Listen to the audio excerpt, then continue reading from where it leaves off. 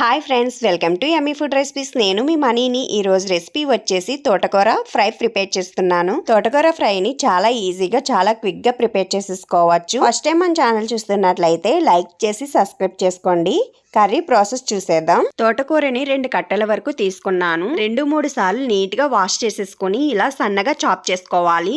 ఇలా సన్నగా చాప్ చేసుకుని పక్కన పెట్టేసుకోవాలి. చూడండి, తోటకూరని అంతా ఇలా సన్నగా చాప్ చేసుకుని పక్కన పెట్టేసుకోవాలి. ఇప్పుడు కర్రీ ప్రిపరేషన్ చూసేద్దాం. స్టవ్ ఆన్ చేసుకుని ప్యాన్ పెట్టుకోవాలి. ప్యాన్ హీట్ అయిన తర్వాత ఆయిల్ యాడ్ చేసుకుని దంచి పెట్టుకున్న 4 వెల్లుల్లి రేకలను యాడ్ చేసుకోవాలి. ఇందులోని 1 టేబుల్ స్పూన్ పచ్చిశనగపప్పు, 1 టేబుల్ స్పూన్ మినపప్పుని కూడా యాడ్ చేసుకోవాలి.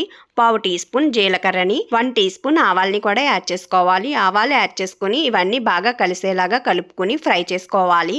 చూడండి, ఇలా బాగా ఫ్రై అయిన తర్వాత ఇందులో కరివేపాకు యాడ్ చేసుకోవాలి. కరివేపాకు యాడ్ చేసుకుని ఇందులోనే 2 ఎండుమిర్చిని కూడా యాడ్ చేసుకుని బాగా కలిసేలాగా కలుపుకుంటూ కోపినంతా బాగా ఫ్రై చేసుకోవాలి. చూడండి, కోప అంతా బాగా ఫ్రై అయిన తర్వాత క్లీన్ చేసి పెట్టుకున్న తోటకూరను అంతా యాడ్ చేసేసుకోవాలి. తోటకూర అంతా యాడ్ చేసేసుకున్నాక ఒక్కసారి తోటకూర అంతా బాగా కలిసేలాగా కలుపుకోవాలి.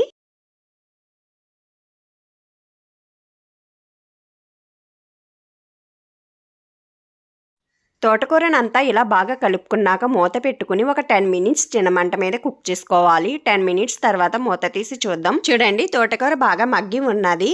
ఇదంతా ఒక్కసారి బాగా కలిసేలాగా కలుపుకుంటూ ఫ్రై చేసుకోవాలి. చూడండి, తోటకూర బాగా మగ్గిన తర్వాత ఇందులో 1/2 టీ స్పూన్ అల్లం వెల్లుల్లి పేస్ట్ యాడ్ చేసుకుని రుచికి తగ్గట్టు ఉప్పుని కూడా యాడ్ చేసుకోవాలి. 2 టీ స్పూన్స్ ఉప్పుని కూడా యాడ్ చేసుకోవాలి. ఉప్పు యాడ్ చేసుకున్నాక ఇందులో 1 టీ స్పూన్ వరకు పసుపుని యాడ్ చేసుకోవాలి. పసుపు యాడ్ చేసుకుని ఇదంతా బాగా కలిసేలాగా బాగా కలుపుకుంటూ తోటకూరని బాగా ఫ్రై చేసుకోవాలి. తోటకూరకంతా పసుపు ఉప్పు బాగా పట్టేలాగా కలుపుకుంటూ ఫ్రై చేసుకోవాలి. చూడండి, తోటకూరనంతా ఇలా బాగా కలుపుకోవాలి.